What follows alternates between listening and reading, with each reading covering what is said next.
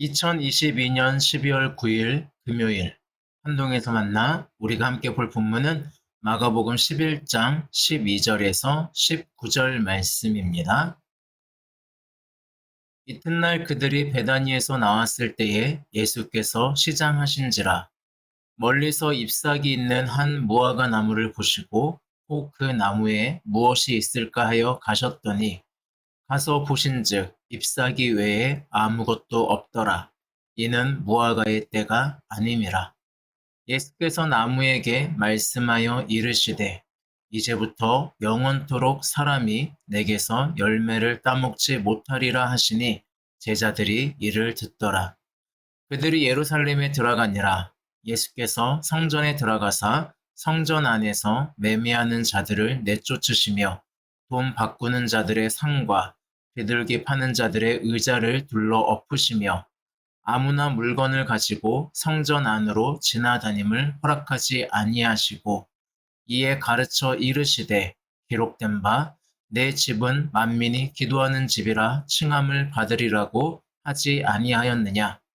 너희는 강도의 소굴을 만들었도다 하시매 대제사장들과 서기관들이 듣고 예수를 어떻게 죽일까 하고 꾀하니 이는 무리가 다 그의 교훈을 놀랍게 여김으로 그를 두려워함일러라. 그리고 날이 저물매 그들이 성 밖으로 나가더라. 아멘.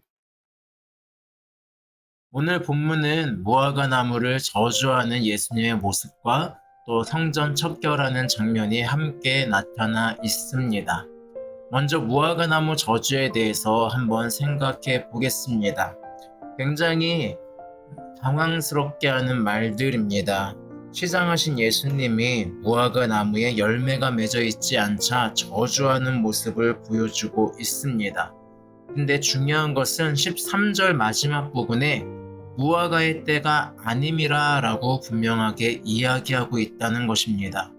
무화과의 때가 아니기 때문에, 즉 열매 맺을 때가 아니기 때문에 당연히 열매 없는 것이 당연함에도 불구하고 예수님은 마치 내가 시장한데 열매가 없는 것에 대해서 화를 내며 저주하는 모습처럼 보여집니다.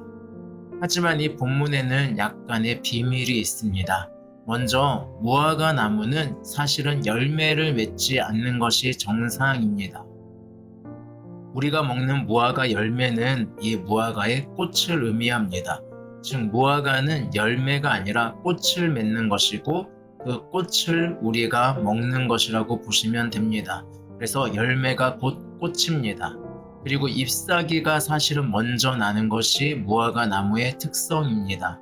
잎사귀가 나고 그 잎사귀가 나면서 꽃을 피는 것이 바로 열매이기 때문에 이 당시에 예수님 봤을 때 잎사귀가 있다는 것은 열매가 있는 것이 정상인 겁니다. 즉 무화과가 때가 아님에도 불구하고 이 무화과는 굉장히 특징적으로 열매를 맺은 것처럼 보이는 모습을 가지고 있습니다. 13절에 멀리서 잎사귀 있는 한 무화과 나무라고 이야기하고 있는데 이 잎사귀란 말은 풍성함을 의미합니다. 즉 무화과가 풍성하게 무화과의 잎사귀가 풍성하기 때문에 당연히 열매가 있을 수 있다라고 생각할 수 있습니다. 즉 무화과의 때가 아님에도 불구하고 이 무화과는 굉장히 빨리 열매를 맺고 있네 라는 생각이 들 수 있다는 것입니다. 하지만 거기에는 열매가 있지 않았습니다. 결국 이 무화과 나무 자체가 원래 열매가 없는 그런 보기에만 화려한 나무일 뿐임을 보여주고 있습니다. 그리고 바로 예수님의 성전 척결 사건이 일어납니다. 성전 안에는 매매하는 자들이 있었습니다. 돈 바꾸는 자들이 있었습니다. 제사를 잘 지낼 수 있도록 편안하게 드릴 수 있도록 수많은 일들이 있었습니다. 하지만 그 안에 만민이 기도하는 집인 하나님의 집은 있지 않았습니다. 그러기에 예수님은 이 부분을 보면서 화를 내시며 이들을 쫓아내시고 성전이 마치 그 무화과 나무와 같이 겉보기에는 화려하지만 결국 그 안에 만민이 기도하는 집이 되어야 하는 만민이 찾아오는 하나님의 집의 역할을 하지 못하고 있다고 꼬집고 있음을 볼 수 있습니다. 이러한 예수님의 모습을 보면서 우리도 한번 생각해 봅니다. 오늘날 교회의 모습은 어떠합니까? 때로는 우리는 화려함에 취해 있지는 않습니까? 멋진 건물과 수많은 사람들이 모여서 눈물을 흘리며 예배하는 모습에 우리는 희망을 바라보고 취해 있지는 않습니까? 물론 이것들은 필요합니다. 많은 사람들이 모이는 것이 좋고 눈물을 흘리며 하나님 앞에 참된 회개와 말씀 앞에 바로 서는 그 예배는 분명히 필요합니다. 하지만 때로는 우리가 겉모습에 속고 있지는 않은지 겉으로 볼 때 마치 잎사귀가 무성했던 무화과 나무와 같이 매매하는 자들이 가득했던 성전과 같이 우리가 화려함에 취해 있지 않은지 다시 한번 생각해 볼 필요가 있는 것 같습니다. 오늘날 예배에 과연 우리의 복음이 다시 살아있는지 우리는 봐야 할 것 같습니다. 그리스도 없는 기독교라고 하는 책이 있습니다.